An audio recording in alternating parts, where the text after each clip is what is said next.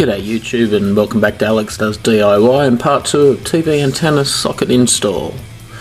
In our first part we left off with the socket was installed in our room. There we go, and the rest of the job was just to be done up the roof cavity. So to start off with, find your leading cable, and close to that cable screw to a stud there the three-way F connector.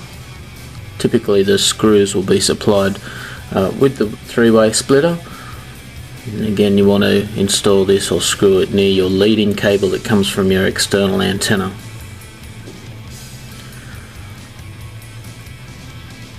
You want to get this nice and secure. Once this is done, the next job is to take your leading cable that comes from your outside antenna and cut it with your cable cutters so that we can tap into this three-way splitter. So here we go with the leading cable that has now been cut. Once again using the RF stripper tool to strip that RF or RG6 quad shield cable to expose the core as well as the shielding. I really wouldn't tackle stripping one of these cables without this particular tool. They're not too particularly expensive and they'll save you a lot of trouble. As mentioned in the first video, at this stage you also want to be double checking that there's none of that shielding, the outer shielding there touching the inside core, because that will interfere with your picture quality. So here we have a crimp style F connector that just slides straight on there. Push it on nice and firmly until that core comes right to the end, as you can see it in there. Then you're going to need an F connector crimp or crimp tool. It's quite easy to use. It'll crimp down on that connector and make it secure on the end of that cable. You can also get a twist on type of this connector socket, but I prefer to use the crimp on style.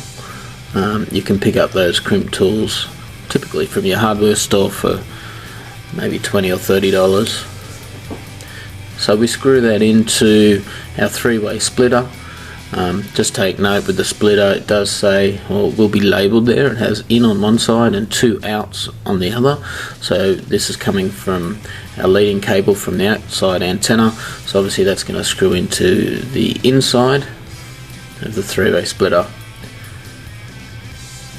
We then move on to the other side where the signal is going to come out. So again, putting our crimp on F connector onto the other side of that cable. This is still the leading cable that goes out through to the rest of the house.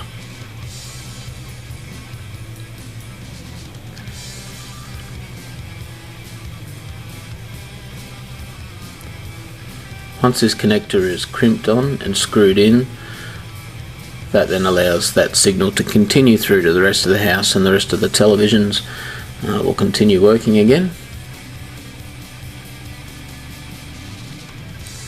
Now it's only really required to screw these on finger tight. There's no need to grab a spanner and screw them on really tight.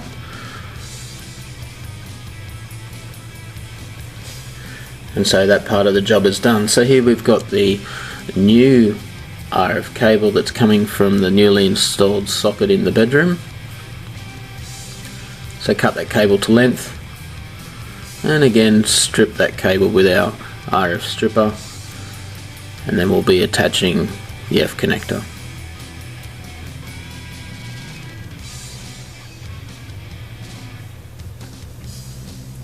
So again, pushing that F connector on nice and firmly, making sure the core of that cable comes through as far as it can before crimping with our crimp tool.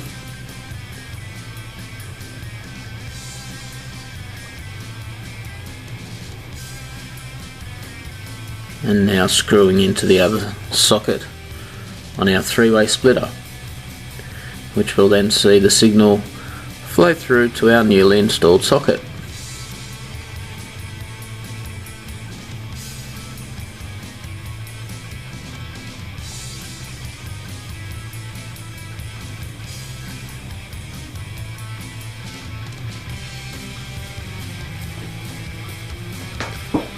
So the only thing left to do now on this job is tidying up any loose cables there with a zip tie or cable tie, which is a good practice to get into.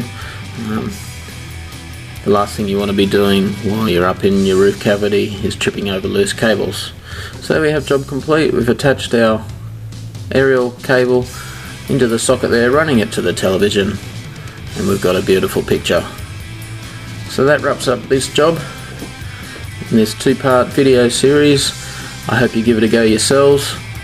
This is Alex Does DIY. Hope you enjoyed the video. Please click like if you liked it. Please feel free to make a comment. Don't forget to subscribe. Catch ya.